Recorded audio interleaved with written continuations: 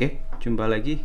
Kita akan bahas soal pertandingan Nation League antara Jerman melawan Spanyol di di Liga A ya, grup 4. Nah, kita lihat dari susunan pemain dahulu ya.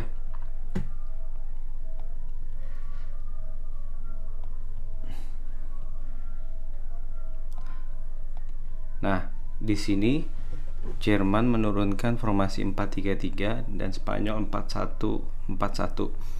Nah, dilihat dari susunan pemain, Jerman ya dengan komposisi pemain terbaik yang ada ya.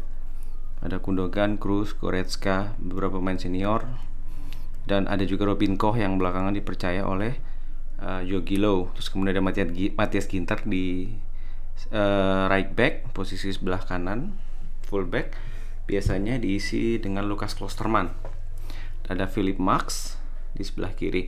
Nah, untuk Spanyol, meskipun namanya terdengar beberapa tidak akrab, tapi sebenarnya ini bukan tim nomor 2-nya Spanyol. Ini justru beberapa adalah tim inti. Nah, kita kan masih nostalgia dengan tim Spanyol yang dulu ya, ketika ada Xavi, Iniesta, terus kemudian ada Ramos dan segala macam. Nah, Ramos masih ada, tapi Spanyol ingin move on dari generasi lamanya mereka yang sangat sukses itu, mengganti dengan generasi-generasi baru yang sebenarnya juga secara umur sudah mulai matang di atas 22. Kita tahu ada Koke, terus ada Canales. Canales ini bermain bagus di Real Betis ya. Koke Atletico Madrid, Torres juga sedang lagi menanjak di Manchester City. Olmo juga punya permainan bagus di Leipzig. Morata, Sergio Roberto, Rodrigo Gaya. Jadi ini bukan tim lapis keduanya, walaupun ada beberapa pemain tidak dimainkan seperti Asensio. Nah, yang mengagetkan tentu saja di pertandingan ini adalah skornya 6-0. Ini salah satu kekalahan paling telak Jerman sebagai timnas di sepak bola ya. Saya tidak ingat terakhir kali Jerman kalah sebesar ini di tahun berapa. Nah, kita bahas dulu secara permainan. Secara umum Jerman bermain tidak terlalu ngotot. Tetap ada pressing, tetapi intensitasnya sangat rendah dan pressingnya pun tidak kompak. Nah, sementara Spanyol bermain dengan kebiasaan dia yang memang ball possession dengan jarak pemain yang rapat dan aliran bola yang dinamis, artinya bisa cepat bisa lambat tergantung dari kebutuhan taktik. Nah, di sini terlihat bahwasanya permainan tim didominasi oleh Spanyol, sementara pemain-pemain Jerman sangat tidak kompak dan bahkan cenderung bermain individual.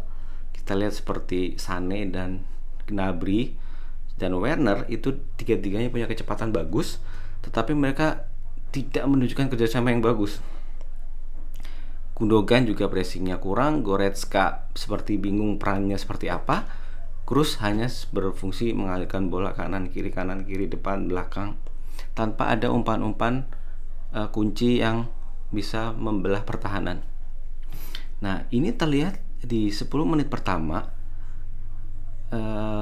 Jerman berusaha mempressing, Spanyol santai dengan possession ball-nya karena memang pressingnya tidak mengganggu dan tidak intens ini. Jadi di dalam 10 atau bahkan sampai 20 menit pertama itu Spanyol menguasai pertandingan, Jerman mencoba pressing tapi nanggung, yang akibatnya adalah dalam waktu yang tidak lama itu Spanyol sudah memiliki beberapa peluang. Nah, kita lihat di gol pertama aja menit 17 itu hasil dari umpan ke tiang jauh, kemudian disundul oleh Alvaro Morata yang memang lagi bermain bagus di Juventus. Nah, secara singkat dari 6 gol ini hanya ada 1, 2 atau mungkin paling banyak 3 gol yang memang benar-benar dari proses kerjasama dari para pemain Spanyol. Sisanya adalah gol-gol dari kecerobohan pemain belakang Jerman atau pressing dari pemain-pemain Jerman yang nanggung. Nah, gegenpressing yang umumnya diterapkan oleh timnas Jerman itu akan berhasil bila dilakukan secara kompak. Tapi kelemahannya adalah apabila tidak dilakukan dengan kompak, itu akan sangat berisiko karena jika penempatan posisinya salah atau intensitasnya tanggung, itu pressing yang ketat ini akan menimbulkan atau menghasilkan lubang-lubang di pertahanan atau di posisi-posisi yang seharusnya diisi. Karena pemainnya sedang mempressing, tentu ada posisi yang kosong. Harus ada pemain yang mengisi posisi itu atau menempatkan diri untuk mengcover posisi itu. Nah, jika ini tidak kompak, hancur sudah. Ini yang terjadi di beberapa gol Spanyol. 2 atau 3 gol Spanyol lahir dari kesalahan pemain belakang Jerman yang terlambat mengumpan karena aliran bolanya lambat, dan juga ada 1 gol yang karena pressingnya Jerman dan cara menutup pemain Jerman ini sangat salah posisinya, tanggung, intensitas juga nanggung. Akhirnya ruang-ruang kosong ini dimanfaatkan oleh pemain-pemain Spanyol. Nah, itu secara umum ya. Nah, apakah Spanyol bermain bagus? Iya, bermain bagus. Tetapi juga tidak sangat-sangat indah dan tidak juga sangat spesial. Jadi memang Spanyol bermain bagus, tetapi ini terbantu juga oleh Jerman yang bermain sangat buruk. Bahkan kalau kita lihat statistik di peluangnya, Jerman hanya mendapatkan 2 peluang, dan itu 1 mengenai mistar dan 1 di tepis. Setelah itu tidak ada shot.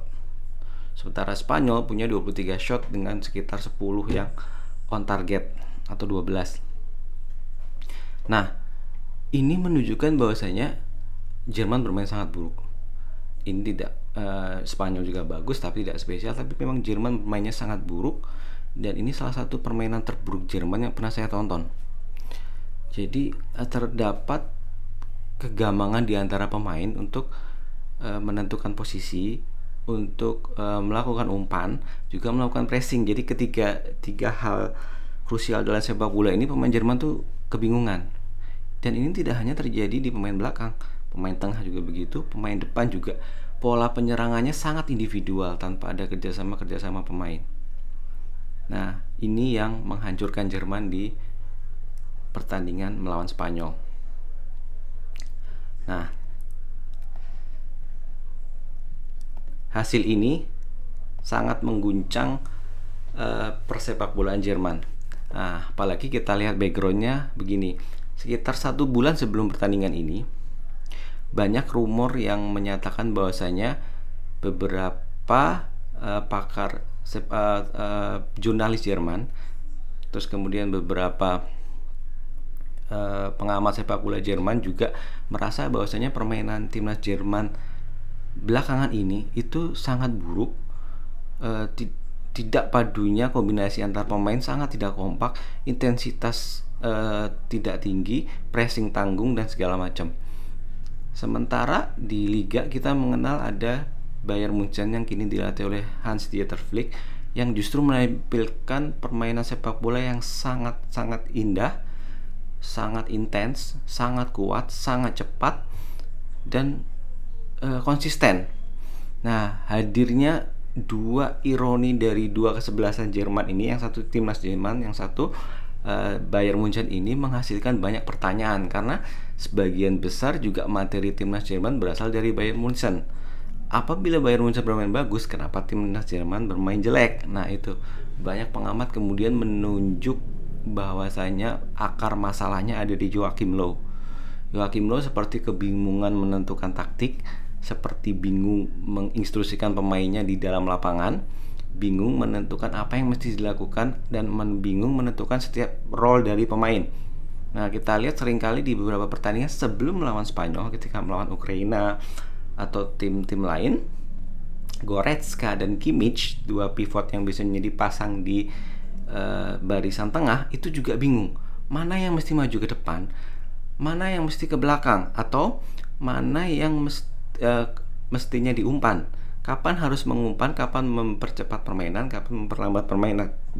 Ini yang sering menjadi gamang di Joshua Kimmich dan Leon Goretzka, yang sangat kontras ketika mereka bermain di Bayern Munchen yang sangat fluid aliran bolanya. Nah, tepat 1 minggu sebelum pertandingan ini, direktur teknik dari DFB, Deutscher Fußballbund, seperti PSSI-nya Jerman ini melontarkan isu bahwasanya mereka sedang berdiskusi atau sedang membahas tentang kemungkinan tidak menyertakan law untuk Piala Eropa 2021 karena menganggap kualitas permainan semakin lama semakin turun. Nah, isu ini berkembang langsung santer, yang pasti ini juga yang pasti menekan mental dari Joachim Löw sebelum pertandingan ini. Nah, beberapa pertandingan sebelum melawan Spanyol, Jerman melakukan beberapa formasi uji coba, dan paling sering dipakai tuh 3-4-3.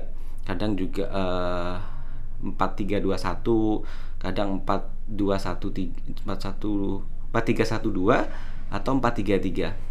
Nah, biasanya polanya adalah sepertinya Jogi Löw ingin memasang 3-4-3 untuk membiasakan pemain Jerman dengan 3-4-3. Tetapi karena posisinya sedang banyak dikritik, terus kemudian tekanan pertandingan sebelum ini juga sangat besar, sepertinya Jogi Löw mau bermain lebih aman di pertandingan ini. Apalagi kan hasilnya kalau seri itu Jerman yang akan lolos. Jadi benar-benar bermain lebih aman dengan balik ke formasi 4-3-3. Tapi kita lihat yang terjadi adalah justru Jerman dibantai sama Spanyol. Ini sangat-sangat fatal. Niatnya bermain aman tapi justru malah hancur, dan ini benar-benar malapetaka dan memalukan timnas Jerman. Meskipun ini bukan ajang resmi seperti Piala Eropa ya, ini masih Nation League. Tetapi ini menunjukkan bahwasanya secara skor juga kalah telak dan secara permainan juga kalah telak. Ini jadi perhatian khusus dari para pengamat sepak bola Jerman, dan dengan kekalahan ini semakin besar tekanan Löw untuk dipecat atau untuk mengundurkan diri. Nah, ini. Jadi kita tunggu saja apakah DFB mengambil keputusan dalam waktu dekat ini, atau akan menunggu sekitar 1 atau 2 bulan untuk menentukan pelatih yang pas. Nah, yang seru adalah jika seandainya Löw dipecat atau mengundurkan diri, siapa kandidat paling kuat untuk pelatih timnas Jerman? Ya, pasti banyak yang menyangka akan memilih seperti nama-nama tenar ya, seperti Klopp, Hansi Flick, atau kemudian Tuchel dan lain-lain. Tetapi DFB tidak akan mungkin menunjuk nama-nama itu yang sedang melatih klub-klub besar Eropa dan sedang sukses di sana. Klopp juga sedang baru saja menjuarai liga, kontrak juga masih panjang. Hansi Flick apalagi baru saja treble dan masih 1 tahun. Ya, sepertinya akan sangat naif kalau mengorbankan kesuksesan Bayern Munchen dan kemudian langsung ke timnas Jerman untuk Hansi Flick ya. Kalaupun jadi itu akan sangat mengejutkan. Nah, ada beberapa nama pelatih Jerman yang bagus yang kemungkinan akan direkrut jika seandainya Jogi Löw dipecat, dan pelatih-pelatih ini sedang tidak melatih sebuah klub. Nah, saya menjagokan itu ada Ralf Rangnick, bukan pelatih muda, tetapi salah satu pelatih yang mempunyai pengaruh besar di beberapa pelatih muda yang sedang tenar saat ini. Thomas Tuchel, Jurgen Klopp, terus kemudian Julian Nagelsmann itu secara terus terang menyadari pengaruh Ralf Rangnick dalam permainan mereka. Jadi Ralf Rangnick itu sedikit banyak sebagai leluhurnya gegenpressing. Jadi yang pertama kali memperkenalkan prototipe dari gegenpressing ini, meskipun kemudian disempurnakan oleh Klopp, kemudian diambil prinsipnya oleh beberapa pelatih di Jerman, dan kemudian jadi populer hingga saat ini. Nah, jika Ralf Rangnick yang melatih, ini saya yakin akan ada perubahan besar di timnas Jerman, terutama dari sisi intensitas, dari sisi kecepatan, power, dan juga durasi atau stamina dari pemain Jerman. Ini yang akan kita tunggu. Ralf Rangnick ini sangat mengerti filosofi pemain Jerman dan akan menerapkannya di timnas Jerman, dan kita tunggu apakah kalau Rangnick menjadi pelatih timnas Jerman akan bermain minimal seperti Bayern Munchen sekarang. Kita tunggu. Terima kasih sudah menonton.